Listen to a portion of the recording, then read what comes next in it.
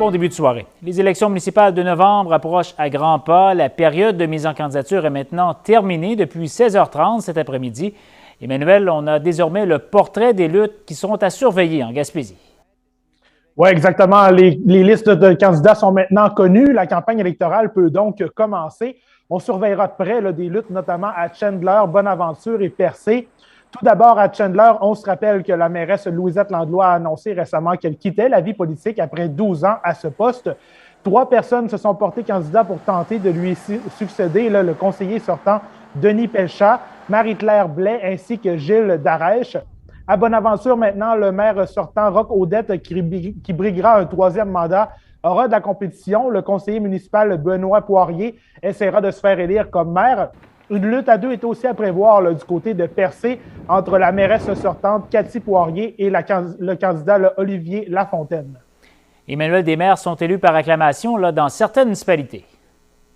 Oui, ils sont plusieurs à l'être partout sur le territoire, à commencer par le maire de Carleton-sur-Mer, Mathieu Lapointe, le maire de New Richmond, Éric Dubé, ainsi que le maire de Gaspé, Daniel Côté. Tous les 3 n'ont pas d'adversaire pour cette élection. Il faut par contre mentionner là, que le phénomène des maires élus par acclamation n'est pas nouveau. Lors des dernières élections municipales en 2017, là, près du tiers des maires de la Gaspésie ont été élus par acclamation. Selon le doctorant en sciences politiques à l'Université Laval, Philippe Dubois, ce phénomène s'explique notamment en raison des conditions difficiles des élus municipaux, surtout dans les petites localités. Là. On peut penser notamment aux salaires peu élevés des élus, les horaires qui sont exigeants et également la très grande proximité avec les citoyens.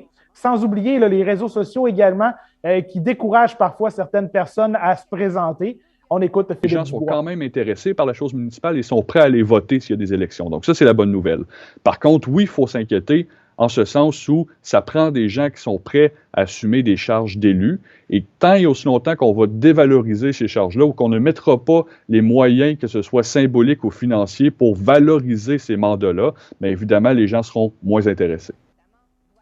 Les citoyens seront appelés aux urnes le 7 novembre prochain. Merci Emmanuel pour ces détails. Je vous en prie. Au revoir.